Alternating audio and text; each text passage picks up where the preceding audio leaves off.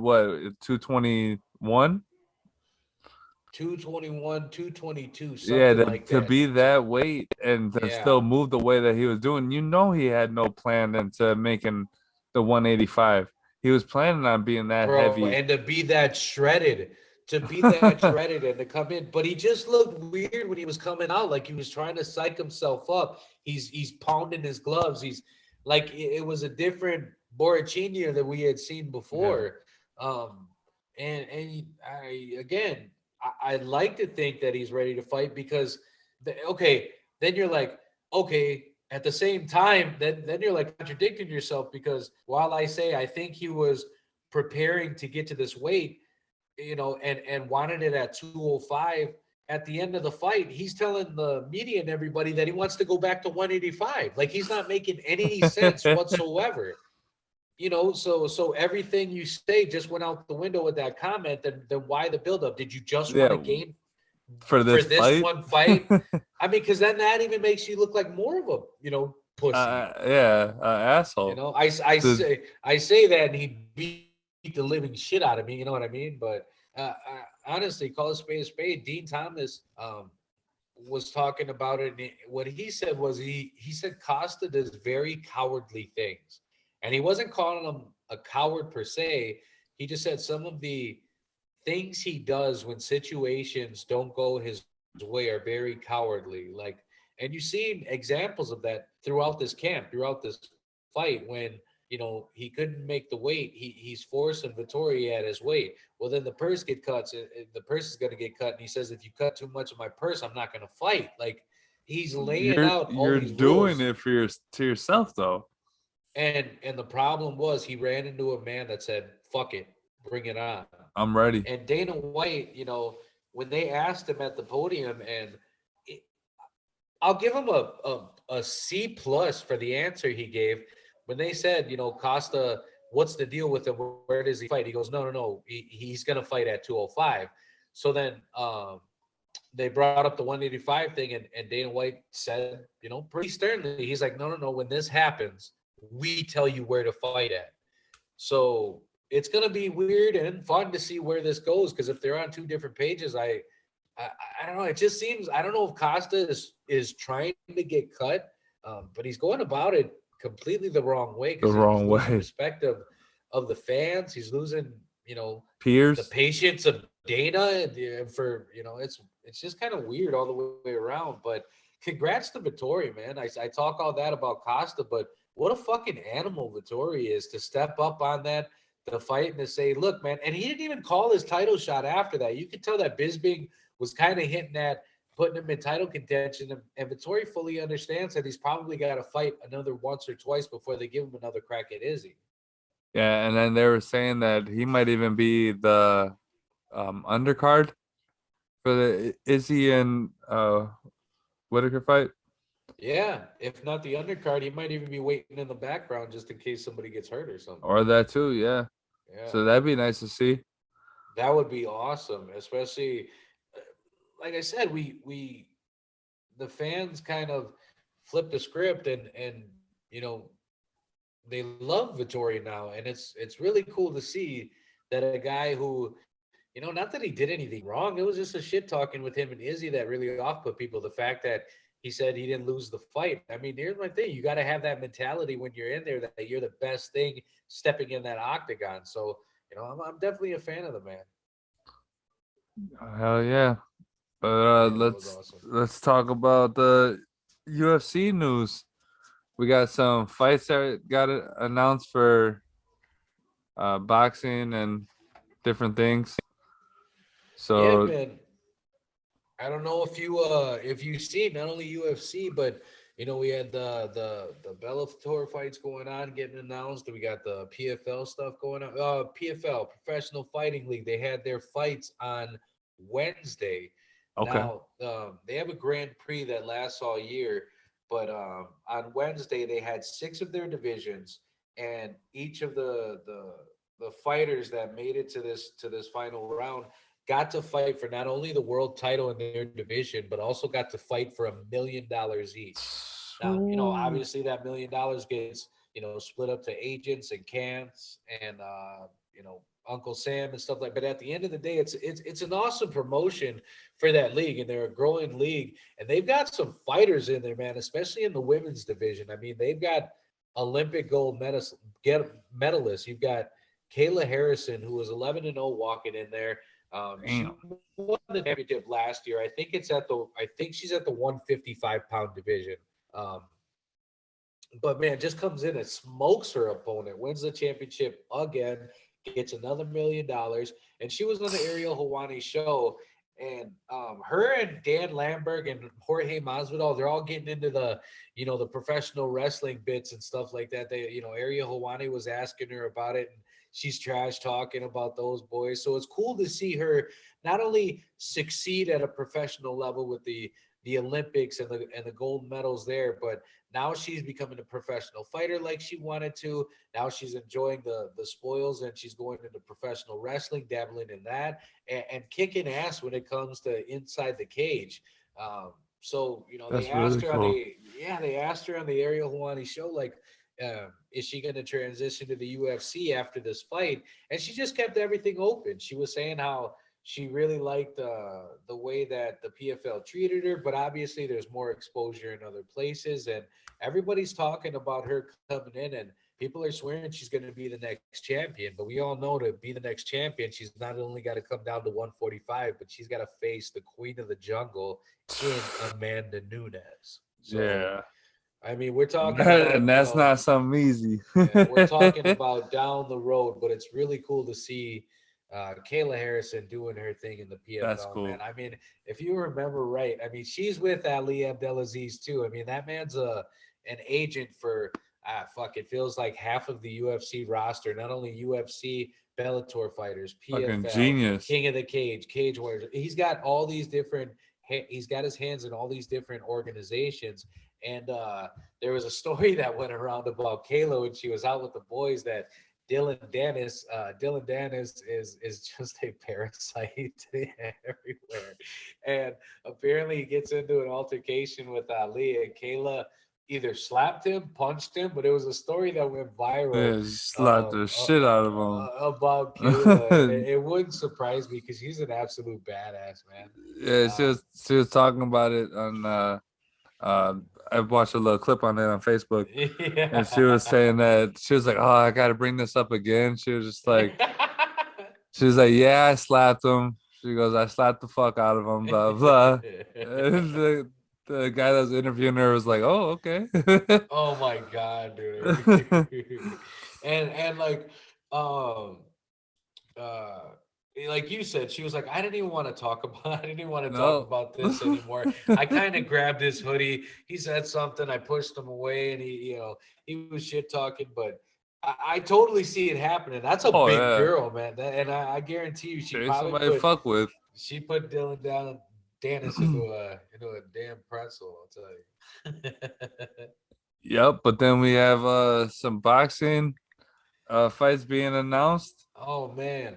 And then speaking of boxing, I would be remiss if I did not bring up Miss Clarissa Shields. Now, she's an excellent boxer, but she's been trying her hand at MMA, and her professional record's 1-1.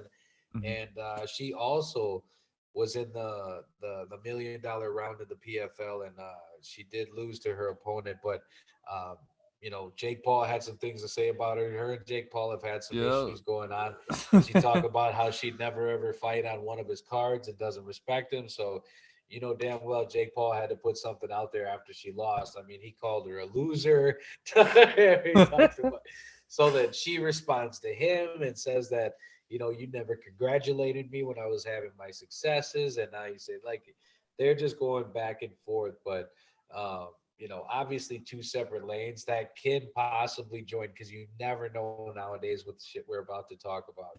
Oh yeah. I mean, you got Jake Paul and Tommy Fury getting announced on December 18th. And then did you see his dad? Tyson Fury came out and said, "Disowning my brother if he decides to lose to Jake Paul."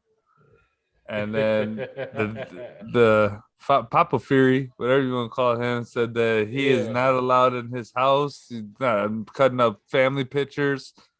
I'm doing whatever I can Hey, if he if loses. that ain't pressure, not only and you know what, Tyson Fury and his dad have earned the right to talk that shit. Like Yep. we hold this name sacred. This is the Gypsy King, and that's where he learned it from. So you can't sit around with a name like Tommy Fury and use that name on how they're he And uses get Tyson a knocked lot, man, out. and get laid down. So that's awesome for them. Not only they're lighting a fire under his ass. Oh yeah. Obviously, they love the kid. It's nothing personal. But they're lighting a fire under his ass. Like, look, boy, this is a fight you should win. So And he's a big motherfucker, dude. he's a big dude. He's a big Like dude. I Tommy, don't get like okay, that last fight that we seen, he should have just laid that guy out the way that they were fighting. But he did have some good yeah, shots where you were seeing that the guy's not gonna hit him at all. He was just keeping him in a arm distance. You know, it was just a jab yeah. here, jab there, a nice hook. But with Jake Paul, you gotta kind of worry about, Jake Paul coming in all crazy and throwing those little haymakers, you Yeah, know. And dude. I The way I don't and Jake. know. So when it got announced, Jake Paul's like, I already been training for 7 weeks. He just landed in Vegas, so I believe he's been training the entire Oh time. yeah. And I hope his technique, because here's the deal: Jake Paul, we all know, has the potential to be a decent boxer. He's got the footwork, he's got the speed, he's got the movement. We've seen the combinations. We have seen it. No. Fighting, warriors and not even winners in the ring. I mean, he fought a guy. I want to say his record was. Me and you were talking about it. Did he have like 100 losses or something like Yeah, that? it was ridiculous. So And then the last three people he fought had a combined record of 200 losses. And yeah. it's like what guys are we picking for Oh him? my god. Yeah. It's it's padding the record to get the wins before the fame. Yep. And Jake Paul has just changed the game. He's flipped the script. He's getting the fame and everything now while he's building Before. it. So when he hits it, it'll be that much bigger. And kudos to him for doing it. It's I will never hate on a man for doing what's best for his pockets. Like for Now real, man. now He's doing his thing. if he goes in this fight and Tommy Fury lays him the fuck out within Yeah. the first round, second round, then it's like he might have met his matches with actually fighting real boxers, And which that's the deal. And that's which the deal. we're in a time though where we want to see a basketball player fight a fight a fucking singer or some shit like Yeah. it's crazy. It's So entertainment. It's entertainment. it's not saying that Jake Paul is not going to get another fight if he loses to Tommy Fury, but No, you but just the hype train definitely gets derailed. Like definitely. this, everything that's riding on this. So that's why the shit talking and everything, he's got to go 1000%. Because Oh the yeah. second he faces a loss, and not even that, a devastating, like if he gets knocked out, the hype train gets we move on so quick that in a few months, who's talking about this? In a year, who's talking about this? So Yeah. as long as he's winning, as long as it's rolling, we're talking about it and it's hot. But I mean, we've seen not only from people like him, from anybody, a loss, two losses, three, and people really stop paying attention. They So forget he's about got you. he's got to really, put his money where his mouth is, and that's what he's doing. Yep. And then we got his brother. He just signed a deal. Hey, hold on one second. Yep. Brianna, Brianna.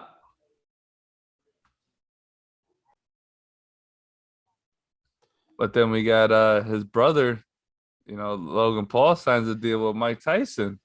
Man, I think that's going to happen in February, right? And you hear like what's going on with these Paul brothers, and hey, man, I give them both credit. I give Jay credit for the work that they're putting in. I give Logan Paul the credit. I mean, you fought Floyd Mayweather. At that point, you're like you've done all you can do. You're at the pinnacle of it. You're fighting Floyd Mayweather.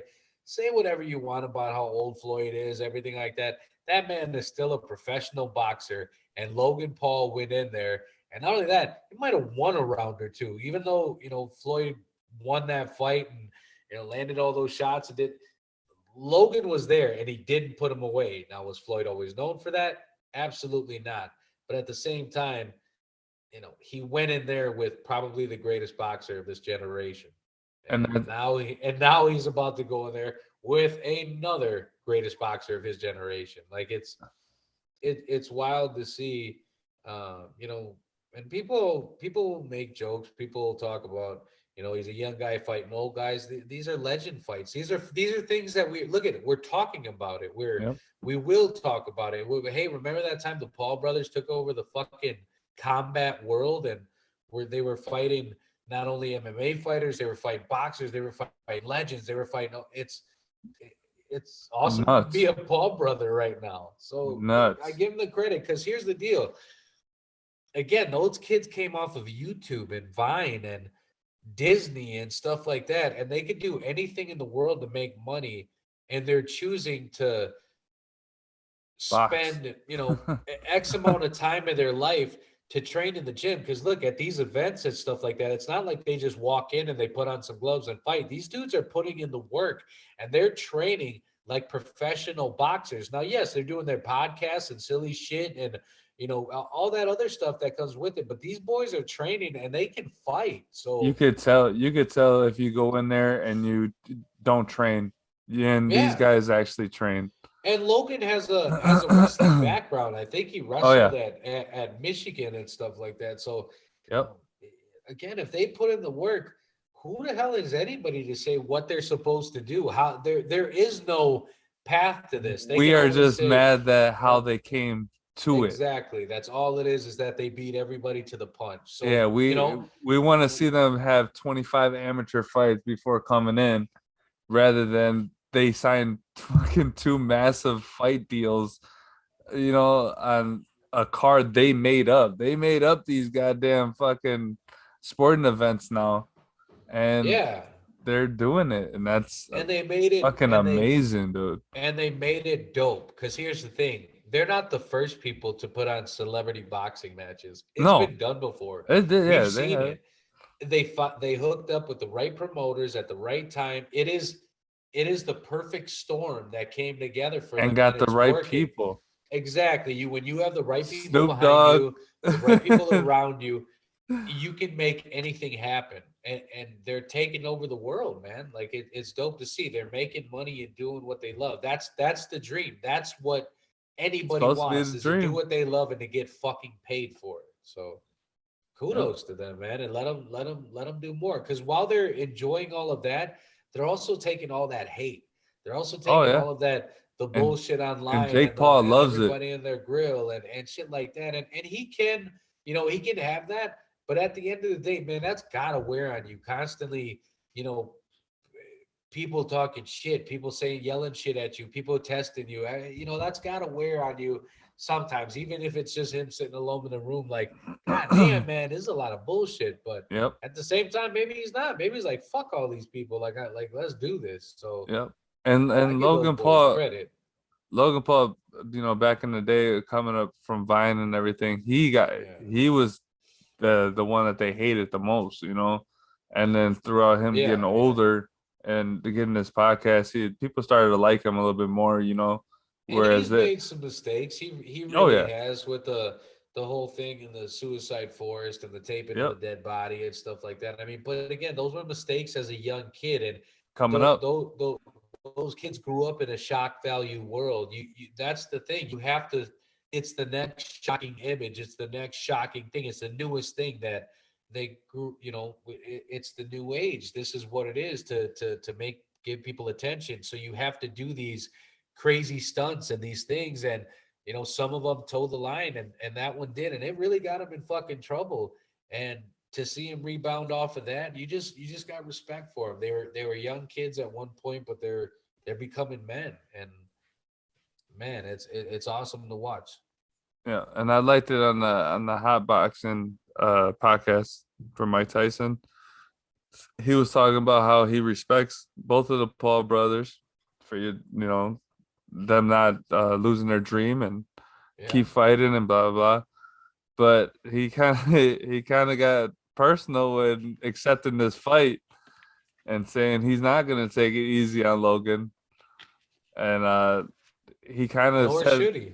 and he kind of said like Floyd did, where he was like maybe Floyd had it where it was more about the money rather than showing these guys, boxing as a joke. Yeah, whether and hey, he's whether Floyd. He they was feel that Floyd or not. Money. He was Floyd Money Mayweather. So Oh yeah, yeah, it is all about the money. But Tyson wants to go in there and show him a different lesson. And hey, man, now you got the chance. yeah. But let's shift back to UFC Yes, or MMA sir. kind of news. I was seeing on the internet that even Wiz Khalifa wants to get in a octagon with somebody maybe down the line. Man, and when we brought up the PFL before, Wiz Khalifa was a special guest that performed a few songs in between the fights. So I had Oh, no okay. idea that he was an actual owner, or part owner of the PFL. So that'd be crazy to see him involved in something. You got all like we just talked about, all these other guys getting in it, and if he wants to take it serious again, he knows what it takes, and it's up to him to make it happen. So it'd be really dope to see him get in there and throw some hands.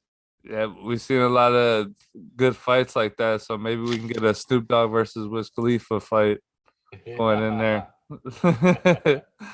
Man, that'd be wild. They'd have to smoke up after, but oh man, it's awesome. It's awesome to see those little leagues, and I don't want to say little leagues, but they are the little league compared to the UFC. Like, we keep bringing them up. They're doing their thing, the $1 million fights for the PFL. I mean, you've got Mike Perry from the UFC signing with bare knuckle boxing, and it's just the avenues are opening for fighters not only in the beginning of their careers but also at the end of their careers. So, um, it's a fun time to be a fan. Yep. But now we get to talk about this stacked card. Ah, damn, man. Ah, Man, damn. we've And been it's an waiting. early one. It is an early one. Oh yeah, we've been waiting Coming, for a the card like boys are this in though. Abu Dhabi. Yeah, absolutely. I mean, we've been making our way through the muck, and not to disrespect any of the other fighters on these No, cards, but it's been a grind, with these last few main events. But this card tomorrow, I mean, coming from Abu Dhabi, I believe the prelims start at 9:30, but the main card will get underway at 11. Um, yep. Dana White says it's free, I believe. What, on ESPN Plus? Yeah, if you got ESPN Plus, you can Yeah, watch it on there. that is awesome, man. But yeah, this card is absolutely stacked from top to bottom, and I will be watching. I mean, we've got uh, Magomed versus Ozdemir. I mean, that's a slugfest that will not go the distance. But I mean, let's face it, that's just an appetizer to the real start of the card, which everybody's looking for with Hamzat. Man, he's coming back. Man, he's Oh. a nutbag. And I will say this, with watching the press conference, with watching the weigh-ins, with watching the interviews going back and forth with him and Lee. I mean, they're calling him, the leech versus the wolf. Hamzat is a shit talker, man. Like, you see all these Russian boys with, the respect. Hamzat is like, I'm gonna come in, I'm gonna beat your ass, and I'm gonna tell you I'm gonna do it, and I love it, man. As much shit as he talks, I love every bit of it. Yep. Well, at the weigh-ins, he said, "I'm gonna eat him up. I'm gonna take his head off." And then Lee responded with, "It's the leech versus the wolf. Let's see who eats who." And then not only that, as they were talking, uh, Lee's translator was translating what Lee said, and Yanza interrupts it, and he said, "I think you translated wrong, brother." He said, "I'm gonna eat him."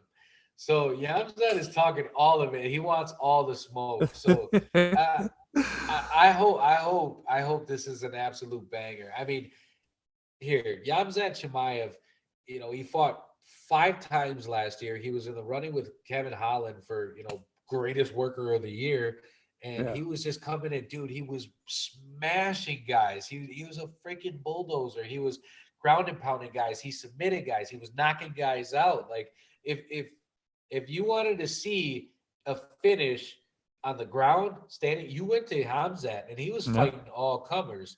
But with Lee, you see a step up in competition. So those other guys he was fighting, not that they were on the garbage or anything like that, but they were lower tier fighters. I mean, now he's definitely stepping into at least the top 15, and we'll see where he's at after that. I mean, I personally think he runs through Lee. I hope it's a fight because look, no disrespect to Lee. He's been in some absolute wars and he's a vet of the game. And he Yeah. even said during the press conference, if he thinks I'm going to be a milestone, a stepping stone, just a gatekeeper in this game, he's absolutely wrong because I'm coming to fight. So, and then with Hamzat, you worry, um, not you worry, you wonder what shape he's in after COVID. Because after that 5-0 stretch, after that crazy tear last year, Yeah. He ended he up with got hit with COVID. COVID You know, nasty to the point where he was even talking about retirement at one point where they he said was he like, lost a lot of weight.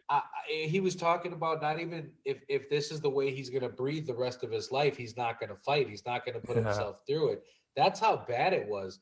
And now it's great to see him back and talking that shit. I'm Yeah. telling you. Yeah. And then with not only that fight with Islam and Dan Hooker, that Man. fight is something special. Speaking of those Dagestani boys, Yeah, and with not only Khabib talking about it, you got so many other fighters that are saying how amazing Islam really is. That man, not only the striking, being able to submit, being able to kick, this guy does it all. But now it looks like Dan Hooker can he's do stuff on they're the ground saying, too now. yeah, man. Absolutely. Absolutely. And Islam Makhachev is Khabib 2.0. I mean, he's Khabib's cousin. Khabib basically stepped out of the way so that Islam could come and take his place and be champ. Khabib has said that from the beginning, and Daniel Cormier backed it. I mean, all those dudes from AKA, those Dagestani boys, we talked about it, in past shows, how these Dagestani boys are coming up from Yeah. Russia, and they're slowly making their way through these other leagues. I mean, you've got Usman Nurmagomedov in Bellator, who's going to be a champion. You've got Zabit, all these other guys in there who are just slowly making the ranks. Now, they're straight sambo wrestling fighters. So they have the ground and pound, but they have that wrestling style that just applies pressure to you. And if you appreciate mixed martial arts, you appreciate those guys, you appreciate those fighters, the work that they put in, the vice grips that you feel when they're grabbing you, they're twisting you, they're turning you. Because not only, if you're watching it and it's a wrestling match on the ground, each move that these guys do is a technique for they're playing chess with you on the ground.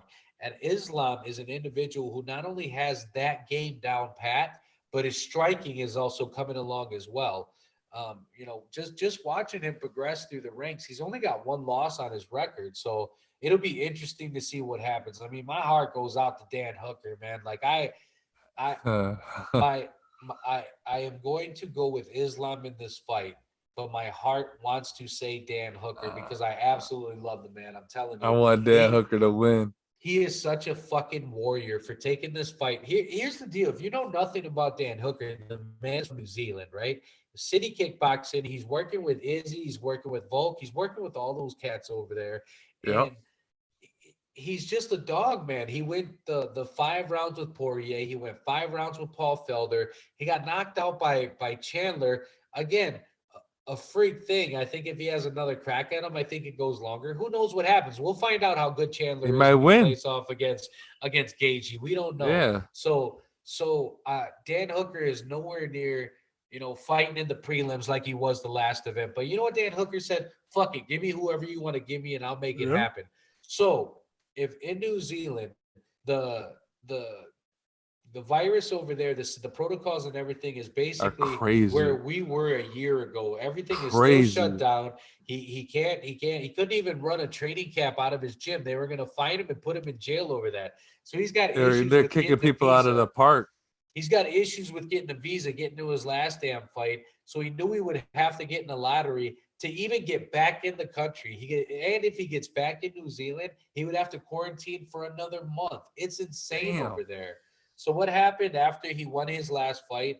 Volk won his fight. They went to the Raider game. They partied up. He said he left the hotel room and he had 5 missed calls from the UFC. Picks up the phone. They go, "What the hell? We've been trying to get a hold of you. RDA's out. You want to take the Islam fight?" Hooker says, "Fuck it. Give him to me." Give them to me. So the UFC absolutely plugs him. They give him all of his gear because his gear's home. They put him in a hotel. They give him a car to drive around. They're even flying his family to America to be with him. Because if you remember correctly, Damn. the entire city kickboxing organization is talking about moving to America just due to everything that's happening over there, the way things They are can't going. take it.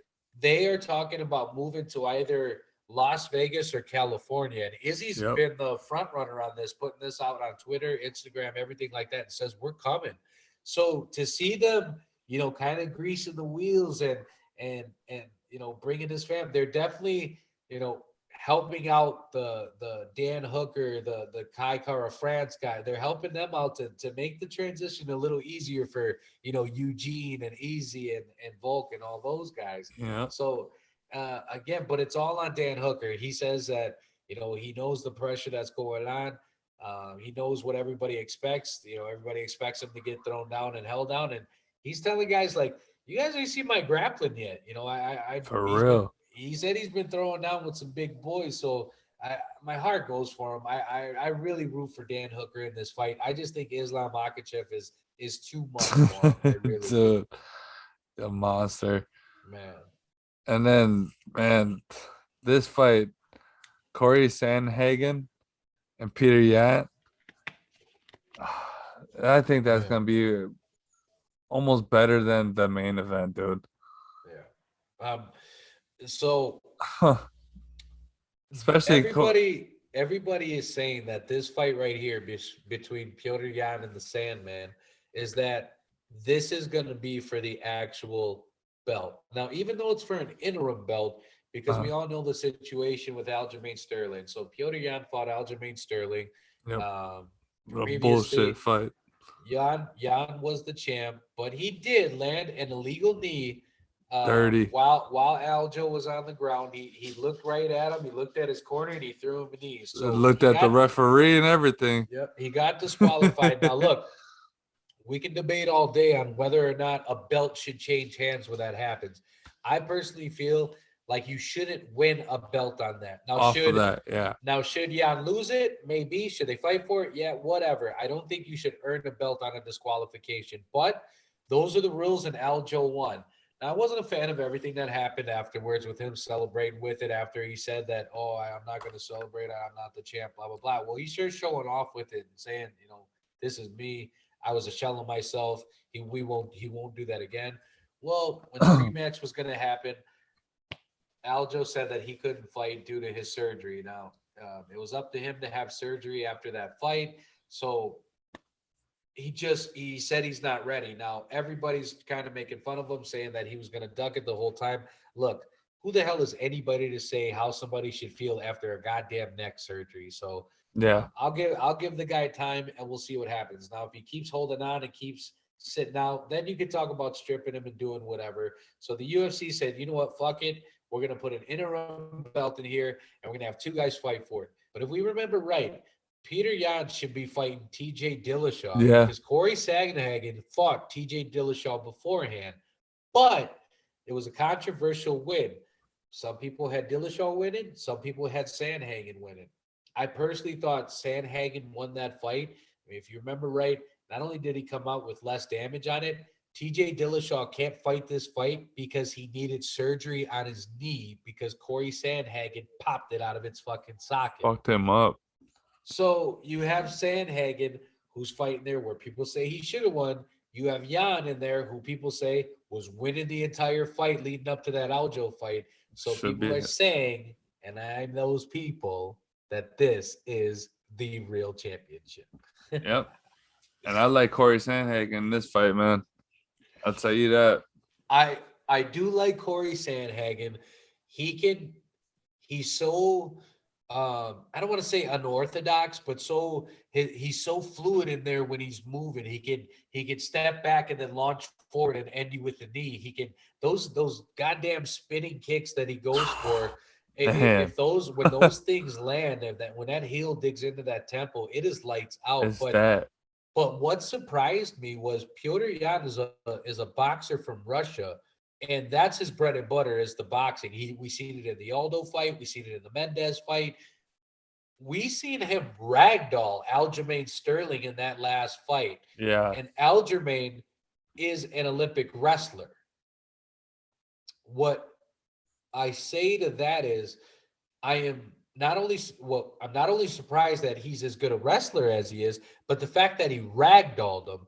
We seen him like sweep him. We seen him dump him. We seen him flip like.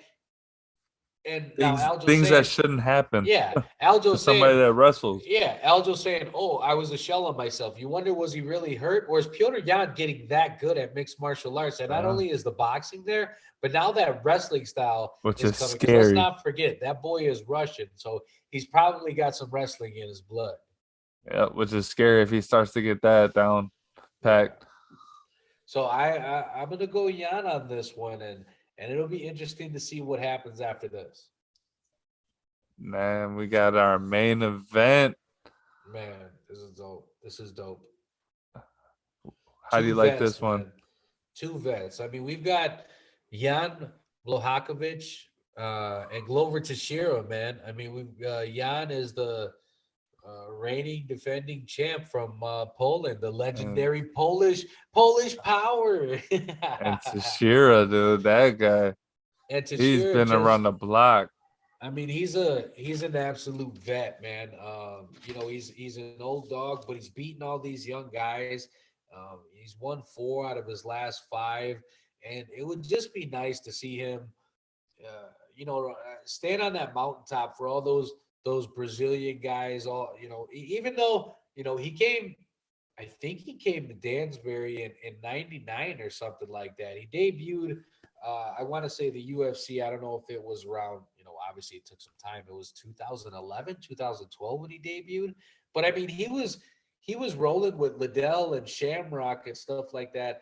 And back in '99 when he came to Connecticut, it was crazy. So Teixeira's been in the game forever, man. I mean, he's fought everybody in the light heavyweight division. I mean, Anthony Smith, like I said, Anthony Smith on a resurgence. Those guys, Rakic, those guys are in the top 5, and he's dogging these boys. So, Yeah. um, you know, while he's a vet, he still has the potential of not only wrestling but striking too. He's got power in those hands. But with Jan, after that Izzy fight, you've seen him, be way more technical. You've seen him slow paced. You've seen him use that wrestling. So while he has that Polish power and can put it to bed and not, put you to sleep, he can also out wrestle you too. So if Glover Teixeira thinks he's going to use that power to back him up against the fence and then shoot his shot and try to take And him that gonna out, happen. it'll be interesting to see what Jan happens. So, I mean, man, this is such an awesome card, seriously, from top to bottom. And it's so diverse. I mean, you've got dudes from Russia in there. You got dudes from Poland in there. You got, Asian Americans. You got everybody in here, man. Americans. It's going to be an awesome fight. And even this isn't even the main course. Next week is the main course. But, we don't want to take any light from this card, man. This card is stacked from top to bottom. Yeah, and then I don't know if you've seen online, but yeah, came with a happy birthday gift Yeah, he for gave him a Glover and beer.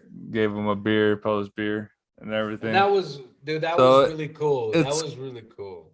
it's cool to see sometimes. Like we all like to see the shit talking, Yep. but it's cool to see sometimes where you got the respect level of at the end of the day we are two professionals, and we're gonna go out there and handle business still. Absolutely, man. And you got these two guys who understand the game, man. You got You got Jan again, who was 2 fights away from being cut from the Out. UFC, and he goes back to his old team, his old coaches. He comes back. He knocks out Luke Rockhold. He knocks out Corey Anderson. He fights Reyes for the belt. He defends it against Izzy. So him. He's got the momentum. He's got the power behind him. Maybe it is his time. So it's awesome to see that you got two guys in the game who understand it, two vets, and you can see them put all that, again, the cameras aside, the fame aside, stand there, not only compliment each other, but like you said, he gave him a happy birthday beer, told him happy birthday, shaking his hand hours before he's got to punch the man in the face. Yep. So it shows a lot about these guys' character. And again, I'm not upset whoever wins this fight. It's just unfortunate for the loser where they fall in the rankings.